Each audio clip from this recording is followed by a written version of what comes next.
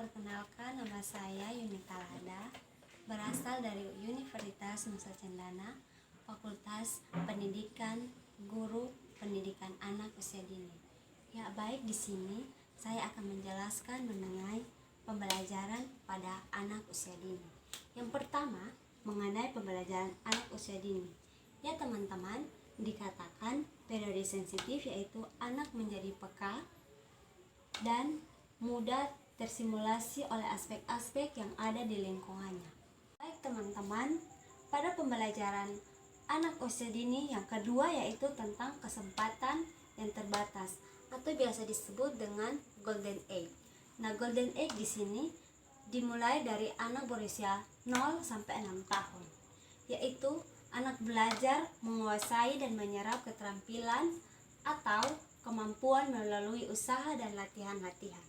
Ya baik teman-teman, yang ketiga dari pembelajaran anak usia dini yaitu bila telah dikuasai dengan baik, periode sensitif mulai memudar. Ya baik, selanjutnya ada beberapa tokoh yang membahas mengenai pembelajaran pada anak usia dini. Yang pertama, Maria Montessori, yaitu ia mengemukakan bahwa anak berkesempatan melakukan semua kegiatan baru, bahkan mengembangkan kemampuan intelektualnya. Ya baik, tokoh yang kedua yaitu Pestalozzi. Ia mengemukakan bahwa pembelajaran sebagai upaya membimbing anak secara perlahan berdasarkan usaha anak sendiri. Cara terbaiknya yaitu pengalaman menghitung, mengukur, merasakan, dan menyentuhkannya. Dan yang ketiga yaitu Freiberg, pencetus kindergarten, belajar melalui bermain dan terstruktur atau terkendali. Dan yang berikut di sini ada Vygotsky. Ia mengemukakan bahwa pengembangan semua aspek perkembangan yaitu kognitif, bahasa, sosial, dan lain-lain, anak membutuhkan pembelajaran yang sesuai dengan tarif perkembangannya. Ini selanjutnya yaitu Bredekam. Ia mengemukakan bahwa anak belajar mendapatkan pengetahuan melalui mengalami dan berinteraksi langsung dengan objek dan individu lain berdasarkan rasa ingin tahu dan keinginan anak.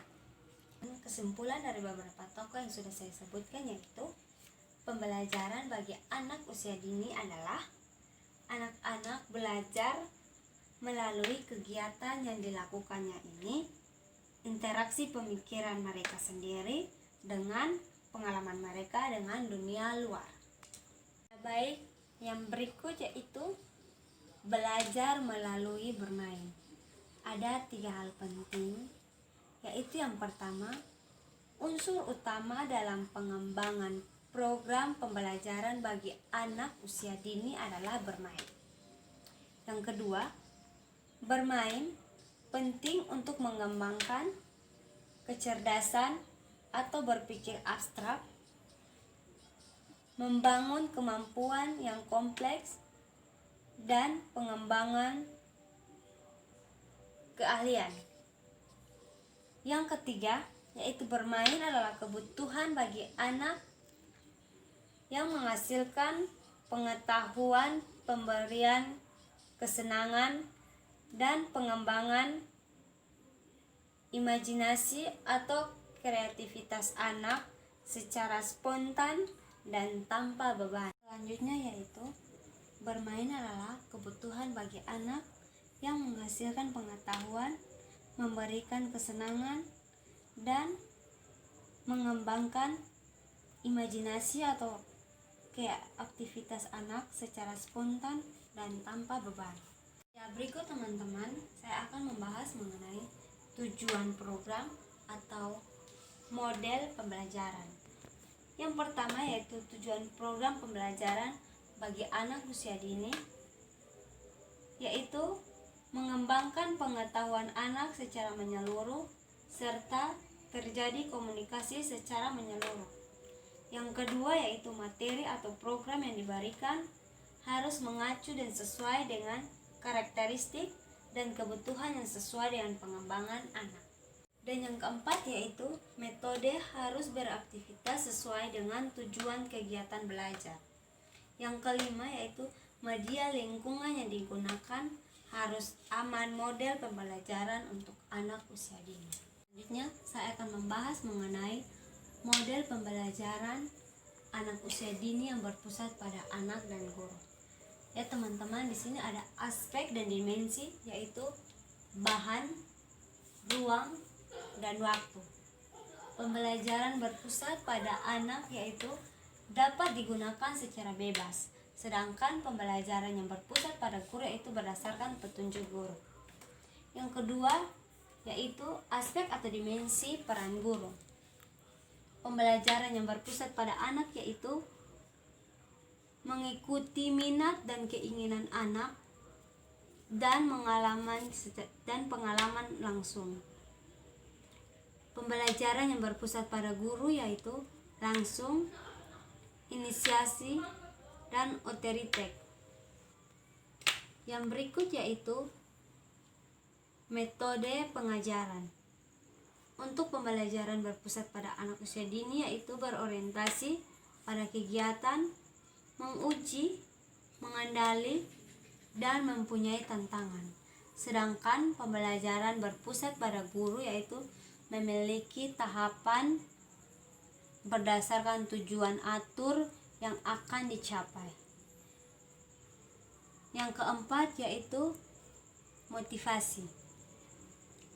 Pembelajaran berpusat pada anak yaitu keinginan belajar, sedangkan pembelajaran yang berpusat pada guru yaitu eksternal, yaitu konsep belajar. Pembelajaran berpusat pada anak yaitu pengalaman langsung melalui bermain untuk memahami situasi yang nyata, sedangkan pembelajaran berpusat pada guru yaitu pengulangan untuk menguasai keterampilan. Yang berikut yaitu individu versus kelompok.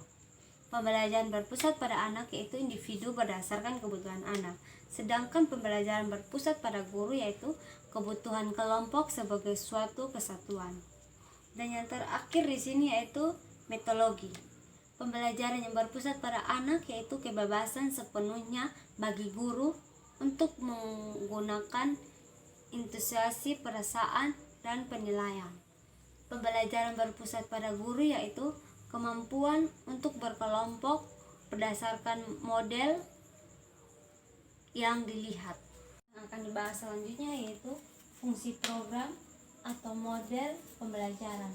Yang pertama yaitu pengembangan seluruh kemampuan yang dimiliki anak sesuai dengan tahap perkembangannya. Yang berikut yaitu mengembangkan sosial anak, dan yang berikut mengenalkan peraturan dan menanamkan disiplin pada anak, dan yang terakhir yaitu memberikan kesempatan untuk menikmati masa bermain. Dan apa yang dibahas yang berikut yaitu prinsip pembelajaran pada anak usia dini. Yang pertama, proses kegiatan belajar melalui bermain. Yang kedua, kegiatan dilaksanakan dalam lingkungan yang kondusif dan inovatif, baik indoor maupun outdoor. Dan yang ketiga, menggunakan pendekatan tematik dan terpadu. Yang keempat, kegiatan diarahkan untuk mengembangkan semua aspek perkembangan.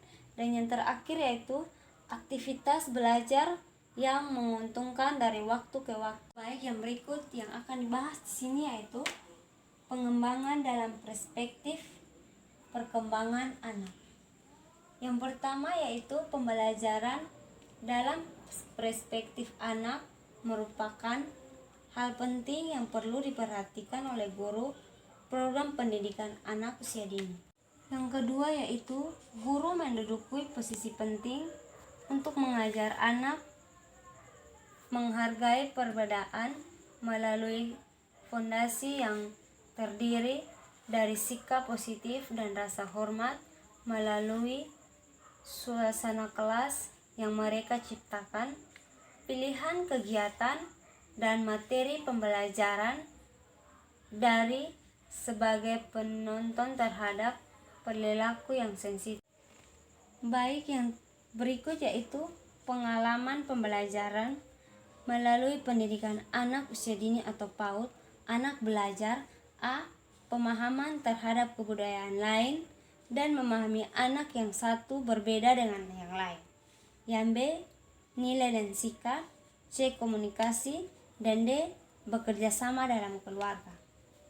Dan yang terakhir yang dibahas dalam pembelajaran anak usia dini di sini yaitu pendidikan holistik bagi anak, yaitu melalui penyelenggaraan program PAUD, maka pendidikan dapat memberikan manfaat secara menyeluruh sebagai berikut.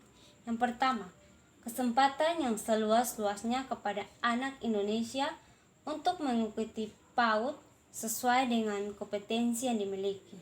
Yang kedua, membantu dan memfasilitas perkembangan potensi anak secara utuh di lingkungan keluarga, masyarakat setempat, kelompok bermain, dan TPA. Yang ketiga yaitu membantu memperbaiki mutu dan relevansi PAUD setara dengan mutu pendidikan negara lain. Yang keempat, memberdayakan peran serta masyarakat dalam penyelenggaraan PAUD berdasarkan prinsip otonomi daerah dalam konsep NKRI. Yang kelima, setiap instansi pemerintah, swasta, LSM, yayasan atau lembaga pendidikan lain boleh melaksanakan program PAUD dengan mengacu pada pedoman dari Direktorat PAUD Depdiknas. Baik, inilah hasil dari penjelasan saya. Sekian dan terima kasih.